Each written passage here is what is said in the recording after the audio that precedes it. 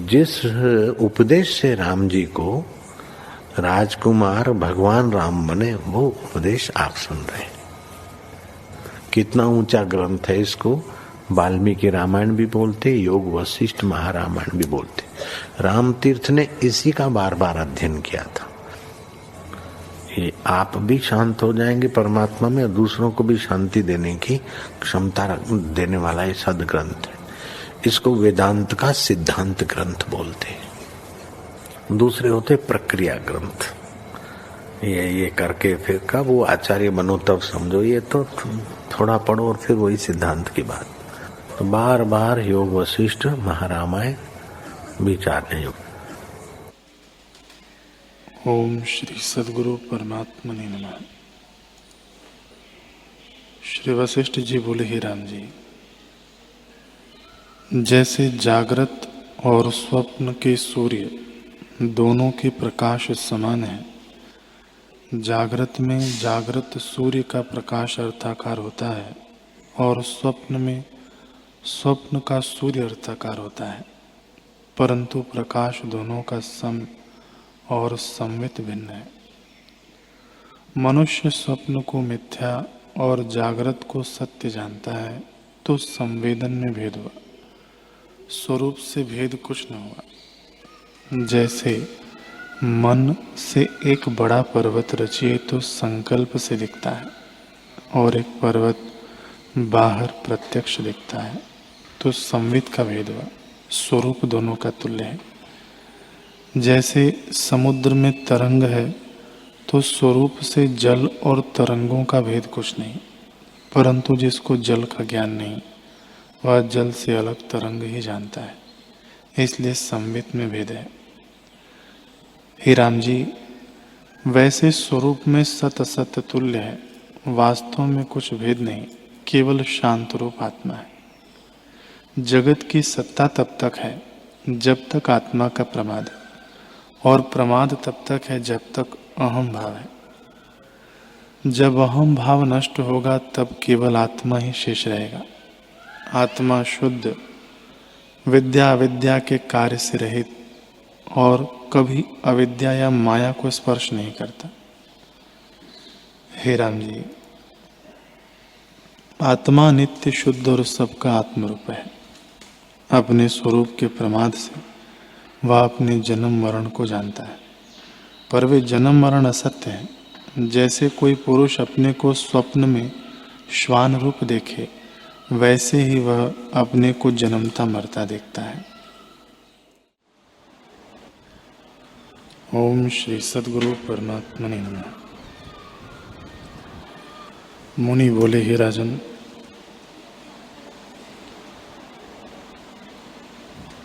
जैसे कुशवारी की क्रिया अपने बंधन का कारण होता है, वैसे ही जीव को अपना संकल्प बंधन का कारण है। हे राजन, जीव कला को स्वरूप का ज्ञान हुआ है, इससे जैसे बालक को अपनी परछाई यक्ष रूप होकर डराती है, वैसे ही नाना प्रकार के आरंभ को प्राप्त हुआ है, और अकारण ही ब्रह्म शक्ति फुरने के कारण भाव को प्राप्त हुआ है।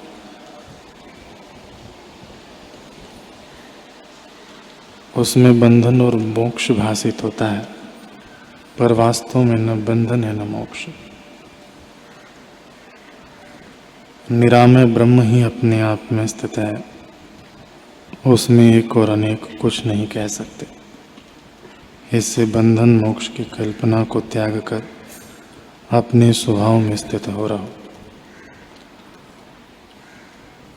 हे राजन, जैसे द्रव्यता से जल ही तरंग भाव को प्राप्त होता है, वैसे ही चिन्मात्र ही संकल्प के स्फुरण से जीव होता है, और वह जीव संसार में कर्मों के वश भ्रमता हुआ भी अपने को करता देखता है,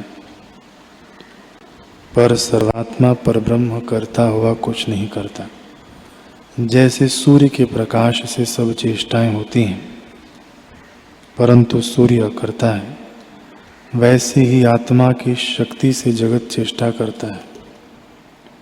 जैसे चुंबक पत्थर के निकट लोहा चेष्टा करता है, वैसे ही आत्मा की चेतनता से सब देहादिक चेष्टा करते हैं, परंतु आत्मा सदा करता है। ओम श्री सद्गुरु परमात्मने नमः। श्री वशिष्ठ जी बोले, ही राम जी, रूप, अवलोक, मनस्कार सब ब्रह्म रूप है। जिसको ज्ञान प्राप्त होता है उसको सब ब्रह्म स्वरूप दिखता है। यही ज्ञान का लक्षण है। ज्यों ज्यों ज्ञान कला उदय होती है, त्यों त्यों भोगों की वासना क्षीण होती जाती है, और जब पूर्ण बोध की प्राप्ति होती है तब किसी की इच्छा नहीं रहती। जैसे ज्यों ज्यों सूर्य प्रकाशता है, त्यों त्यों अंधकार नष्ट होता जाता है, और जब पूर्ण प्रकाश होता है तब रात्रि का अभाव हो जाता है। वैसे ही जिसको ज्ञान उत्पन्न हुआ है उसको भोगों की वासना नहीं रहती। संसार उसको जले वस्त्र की तरह भासित होता है, पर अज्ञानी को सत्य लगता है। जैसे स्वप्न में सुषुप्ति नहीं होती, सुषुप्ति में स्वप्न नहीं होता, स्वप्न का पुरुष सुषुप्ति वाले को नहीं जानता, और सुषुप्ति वाला स्वप्न वाले को नहीं जानता। वैसे ही जिसको तुरीय पद की प्राप्ति हो जाती है उसको संसार का अभाव हो जाता है, और वह अपने स्वभाव में स्थित होता है। जो संसार को सत जानते हैं वे स्वप्न न रहें, सुषुप्ति को नहीं जानते। हे राम जी, तुम्हारा स्वरूप तो तुरीय पद है, उसको अज्ञानी नहीं जान सकते। जो जाने तो उनका परिच्छिन्न अहंकार नष्ट हो जाए। जब अहंकार नष्ट हुआ तब सब आत्मा ही हुआ।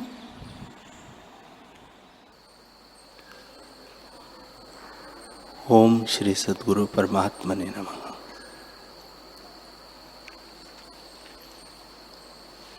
श्री योग वशिष्ठ महारामायण। श्री वशिष्ठ जी बोले, हे रामचंद्र जी,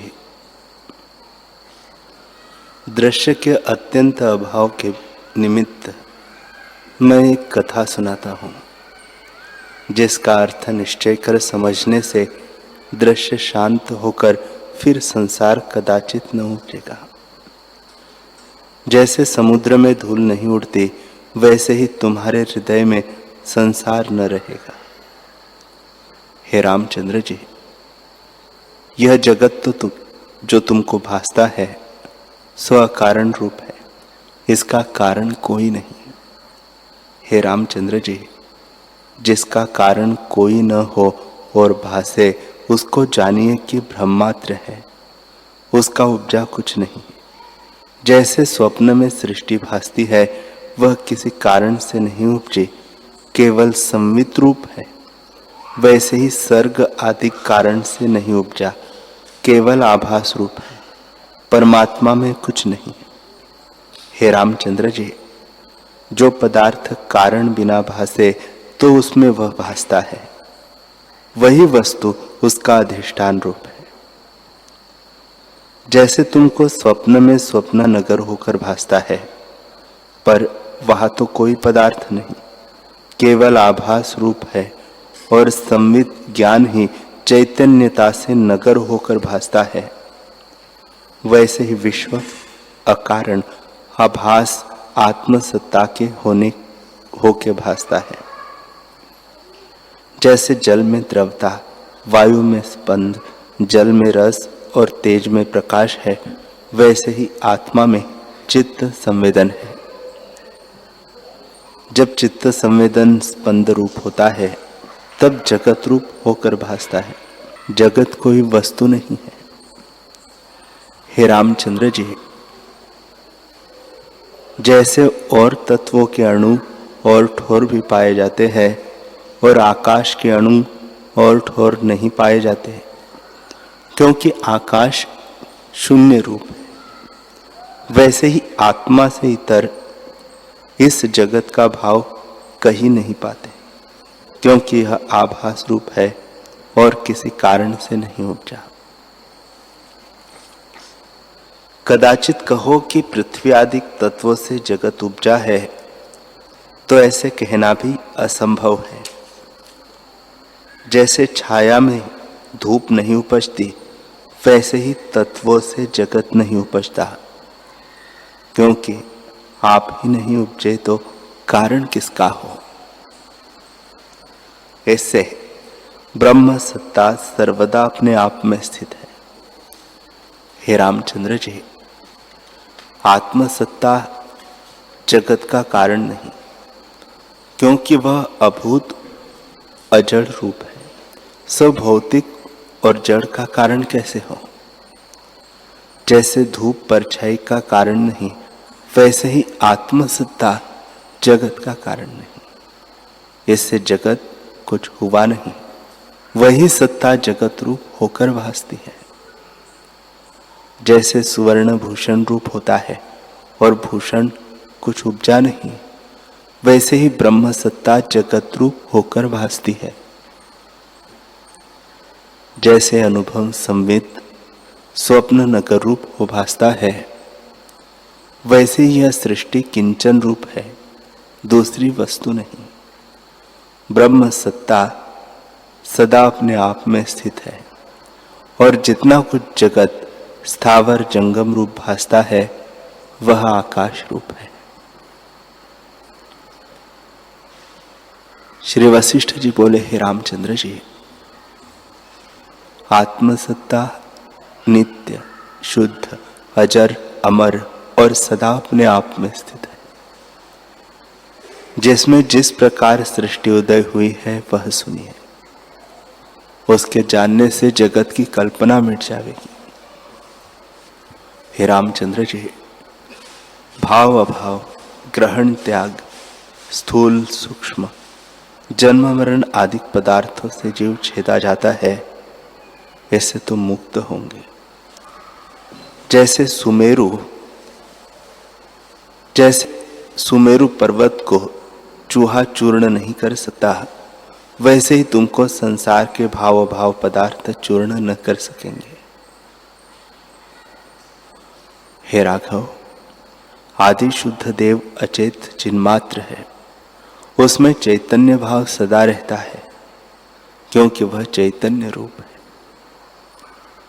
जैसे वायु में स्पंद शक्ति सदा रहती है, वैसे ही चिन्मात्र में चैत्य का फुरना रहकर अहम अस्मि भाव को प्राप्त हुआ है। इस कारण उसका नाम चैतन्य है।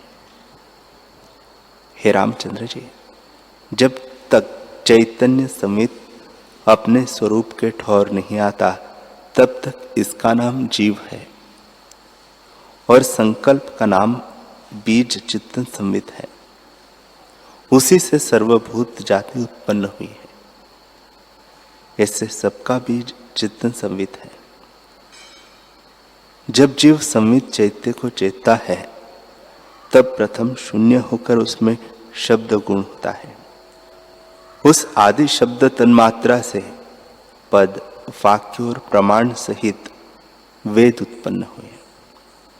जितना कुछ जगत में शब्द है, उसका बीज तन्मात्रा है, जिससे वायु स्पर्श होता है। फिर रूप तन्मात्रा हुई, उससे सूर्य अग्नि आदि प्रकाश हुए। फिर रस तन्मात्रा हुई, जिससे जल हुआ और सब जलों का बीज वही है। फिर गंध तन्मात्रा हुई, जिससे संपूर्ण पृथ्वी हुई और सब पृथ्वी का बीज वही है।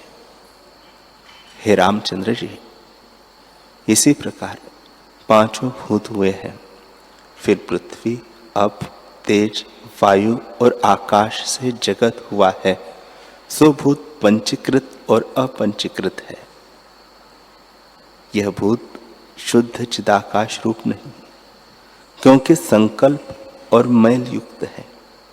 इसी प्रकार चिद अणु में सृष्टि वासी है। जैसे वट बीज में से वट का विस्तार होता है, वैसे ही चिद अणु में सृष्टि है। कहीं क्षण में युग और कहीं युग में क्षण भासता है। चिद अणु में अनंत सृष्टि फुरती है। जब चित्त संवित चैतन्य मुख होता है तब अनेक सृष्टि होकर भासती है, और जब चित्त संवित आत्मा की ओर आता है तब आत्मा के साक्षात्कार होने से सब सृष्टि पिंडाकार होती है, अर्थात सब आत्मरूप होती है।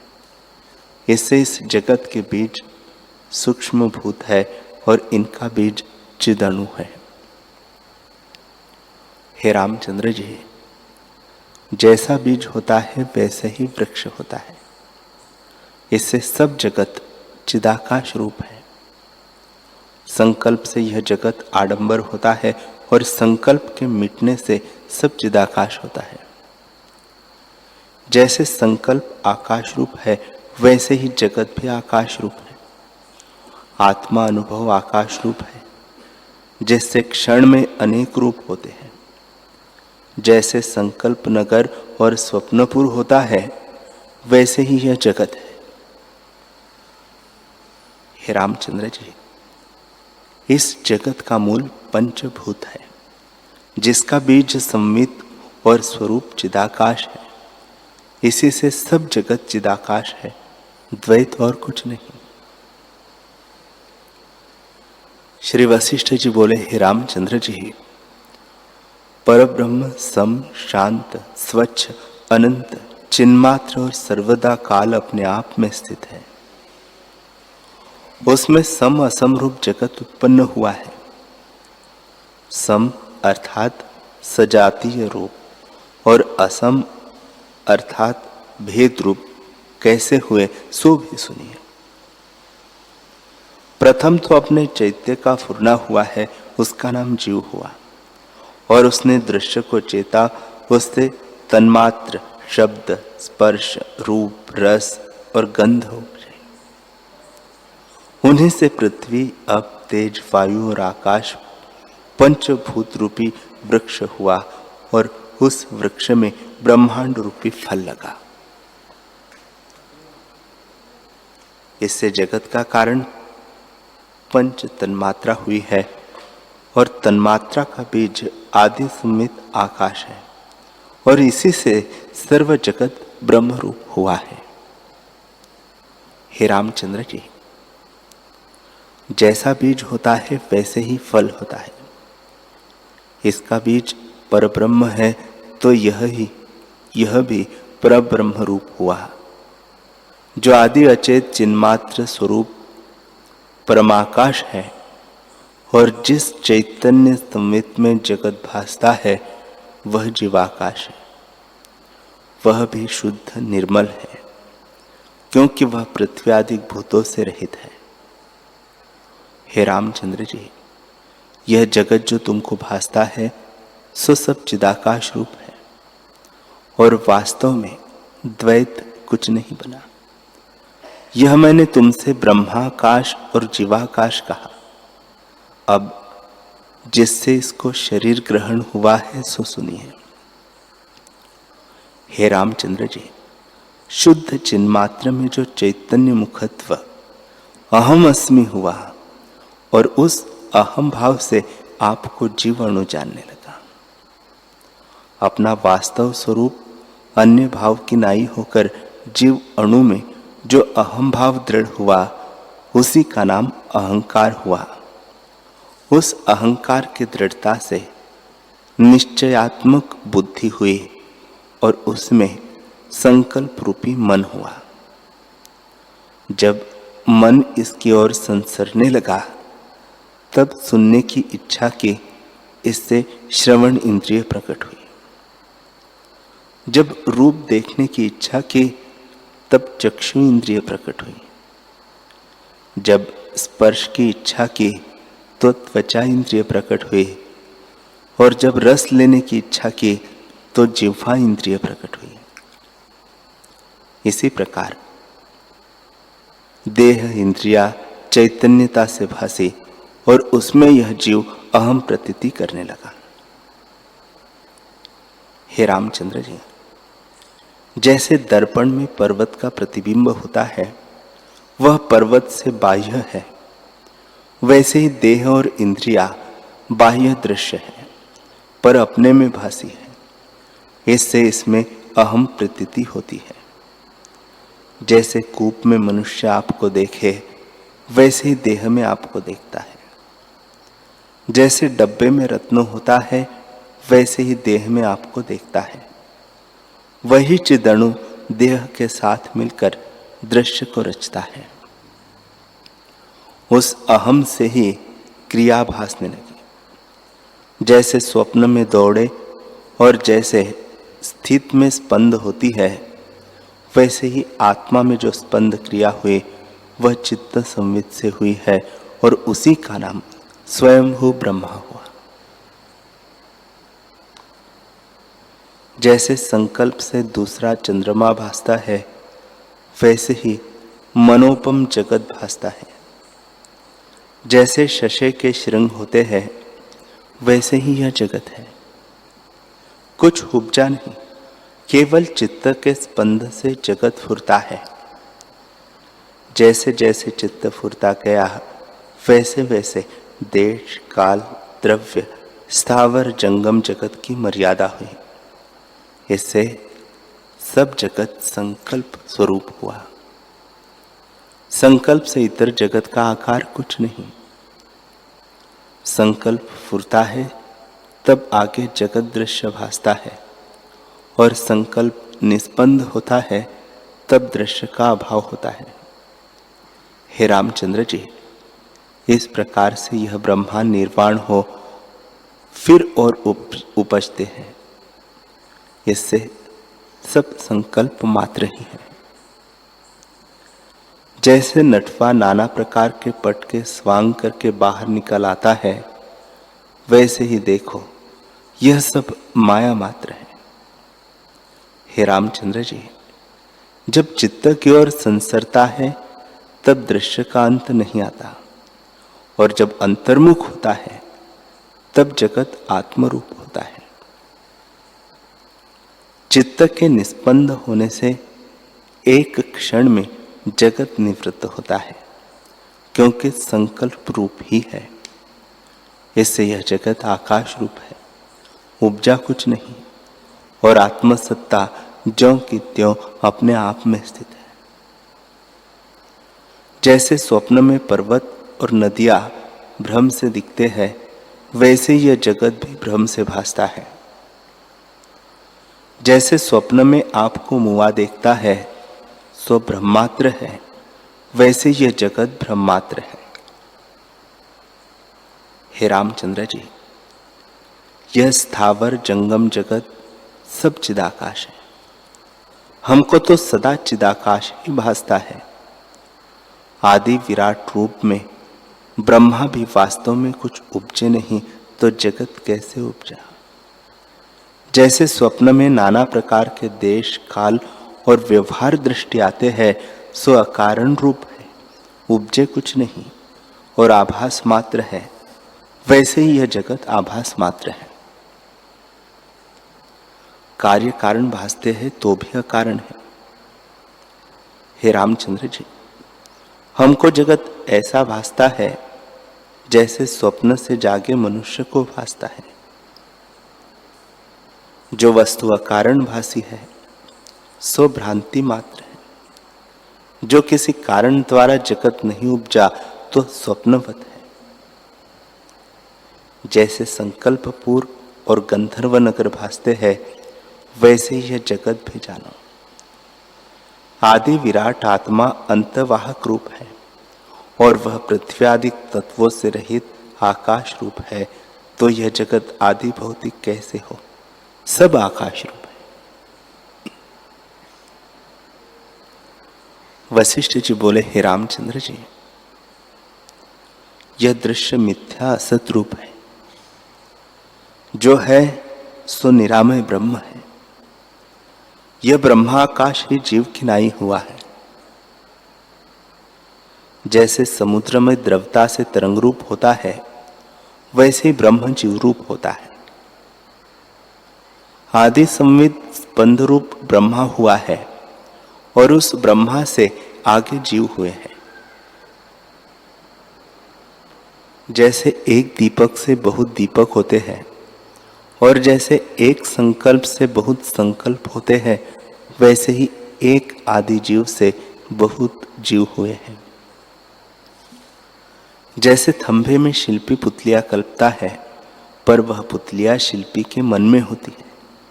थंभा ज्यों का त्यों ही स्थित है, वैसे ही सब पदार्थ आत्मा में मन कल्पे हैं। वास्तव में आत्मा ज्यों का त्यों ब्रह्म है। उन पुतलियों में बड़ी पुतली ब्रह्म है और छोटी पुतली जीव है।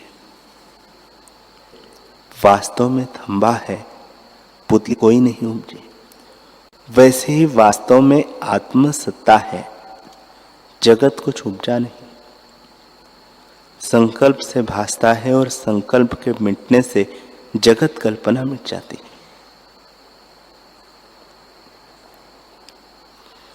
इतना सुन राम जी ने पूछा, है भगवान, एक जीव से जो बहुत जीव हुए हैं, तो क्या वे पर्वत में पाषाण की नाई उपजे है?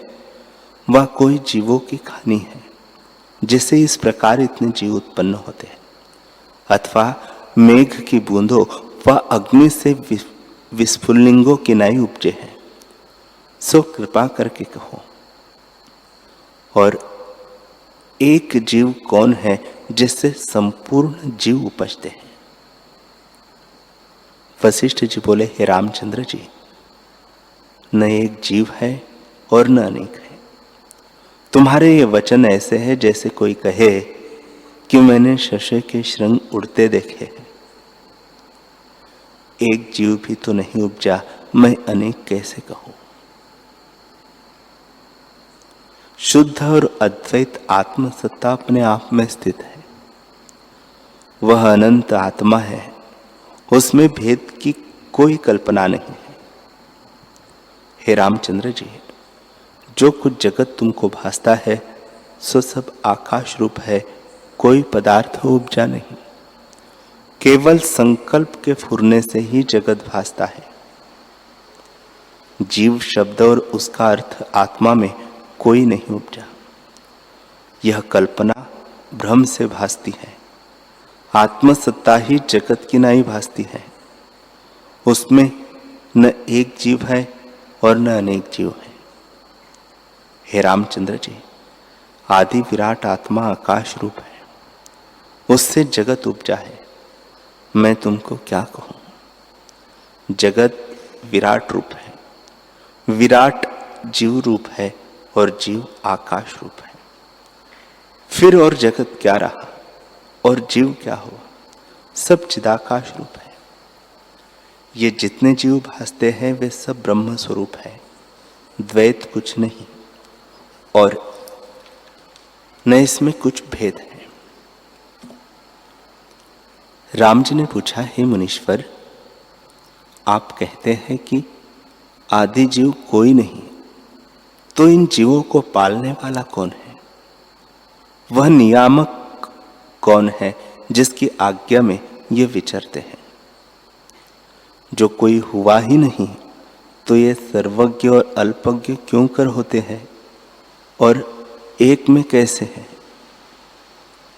श्री वशिष्ठ जी बोले, हे रामचंद्र जी, जिसको तुम आदि जीव कहते हो वह ब्रह्म रूप है।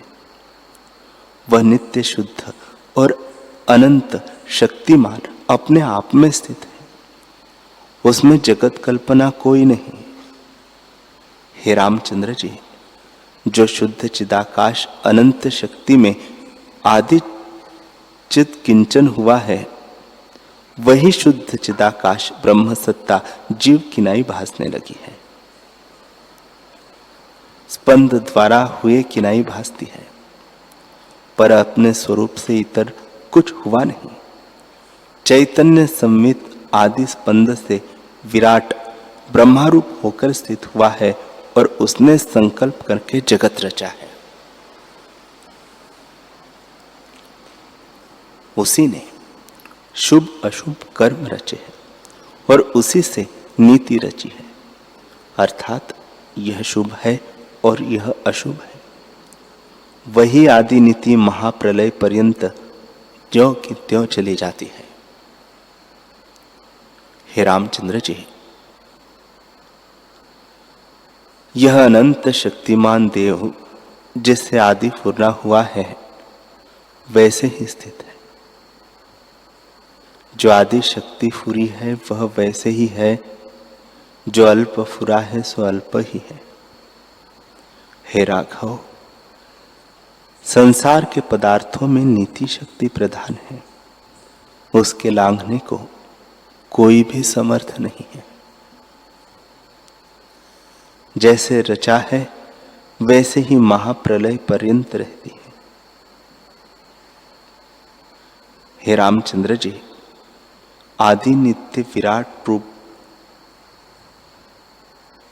विराट पुरुष अंतवाहक रूप पृथ्व्यादि तत्वों से रहित है, और यह जगत भी अंतवाहक रूप पृथ्व्यादि तत्वों से नहीं उपजा, सब संकल्प रूप है। जैसे मनोराज का नगर शून्य होता है वैसे ही यह जगत शून्य है। हे रामचंद्र जी, इस सर्ग का निमित्त कारण और समवाय कारण कोई नहीं। जो पदार्थ निमित्त कारण और समवाय कारण बिना दृष्टि आवे उसे ब्रह्मात्र जानिए, वह उपजा नहीं। जो पदार्थ उपजा है वह इन्हीं दोनों कारणों से उपजा है, पर वह जगत का कारण इनमें से कोई नहीं। ब्रह्म सत्ता नित्य शुद्ध और अद्वैत सत्ता है, उसमें कार्य कारण की कल्पना कैसे हो। हे रामचंद्र जी, यह जगत अकारण है, केवल भ्रांति से भासता है। जब तुमको आत्मविचार उपजेगा तब दृश्य भ्रम मिट जाएगा। जैसे दीपक हाथ में लेकर अंधकार को देखिए तो कुछ दृष्टि नहीं आता, वैसे ही जो विचार करके देखोगे तो जगत भ्रम मिट जाएगा। जगत भ्रम मन के फुरने से ही उदय हुआ है, इससे संकल्प मात्र है, इसका अधिष्ठान ब्रह्म है। सब नाम रूप उस ब्रह्म सत्ता में कल्पित है और षड विकार भी उसी ब्रह्म सत्ता में फुरे है, पर सबसे रहित और शुद्ध चिदाकाश रूप है, और जगत भी वह रूप है। जैसे समुद्र में द्रवता से तरंग बुदबुदे और फेन भासते हैं, वैसे ही आत्म सत्ता में चित्त के फुरने से जगत भासता है। जैसे आदि चित्त में पदार्थ सत्ता दृढ़ हुई है वैसे ही स्थित है, और आत्मा के साथ अभेद है, इतर कुछ नहीं, सब चिदाकाश है। इच्छा, देवता, समुद्र, पर्वत, यह सब आकाश रूप है। हे रामचंद्र जी, हमको सदा चिदाकाश रूप ही भासता है, और आत्मसत्ता ही मन, बुद्धि, पर्वत, कंदरा सब जगत होकर भासती है। जब चैतन्य मुखत्व होती है तब सब जगत भासता है। जैसे वायु स्पंद रूप होती है तो भासती है, और निस्पंद रूप होती है तो नहीं भासती, वैसे ही चित्त संवेदन स्पंद रूप होता है तो जगत भासता है, और जब निसंवेदन रूप स्फुरण रूप होता है, जब चित्त संवेदन स्फुरण रूप होता है तो जगत कल्पना भी मिट जाती है। हे रामचंद्र जी, चिन्मात्र में जो चैत्य भाव हुआ है इसी का नाम जगत है। जब चैत्य से रहित हुआ तो जगत मिट जाता है। जब जगत ही न रहा तो भेद कल्पना कहाँ रही। इससे न कोई कार्य है, न कारण है, और न जगत है, सब ब्रह्मात्र कल्पना है। शुद्ध चिन्मात्र अपने आप में स्थित है। हे रामचंद्र जी, शुद्ध चिन्मात्र में चित्त सदा किंचन रहता है। जैसे मिर्चों के बीच में तीक्ष्णता सदा रहती है, परंतु जब कोई खाता है तब तीक्ष्णता भासती है, अन्यथा नहीं भासती, वैसे ही जब चित्त संवेदन चैतन्य मुखत्व होता है तब जीवों को जगत भासता है, और संवेदन से रहित जीव को जगत कल्पना नहीं भासती। हे रामचंद्र जी, जब संवेदन के साथ परिच्छिन्न संकल्प मिलता है तब जीव होता है, और जब इससे रहित होता है तो शुद्ध चिदात्मा ब्रह्म होता है। जिस पुरुष की सब कल्पना मिट गई है और जिसको शुद्ध निर्विकार ब्रह्म सत्ता का साक्षात्कार हुआ है, वह पुरुष संसार भ्रम से मुक्त हुआ है। हे रामचंद्र जी, यह सब जगत आत्मा का आभास रूप है।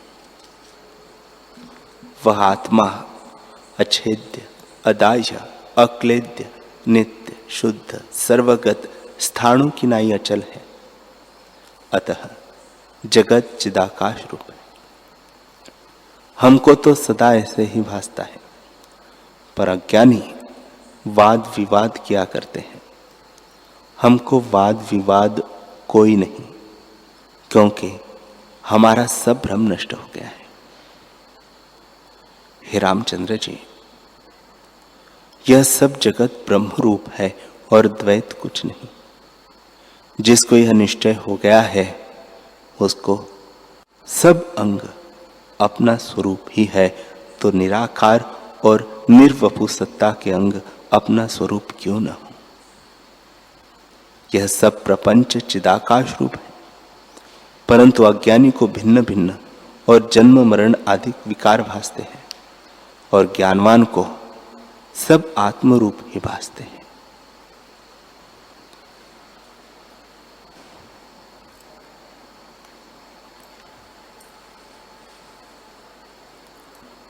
हरि ओम,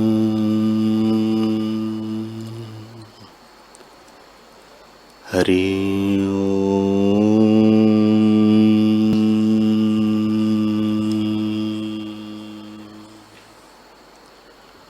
हरि ओम।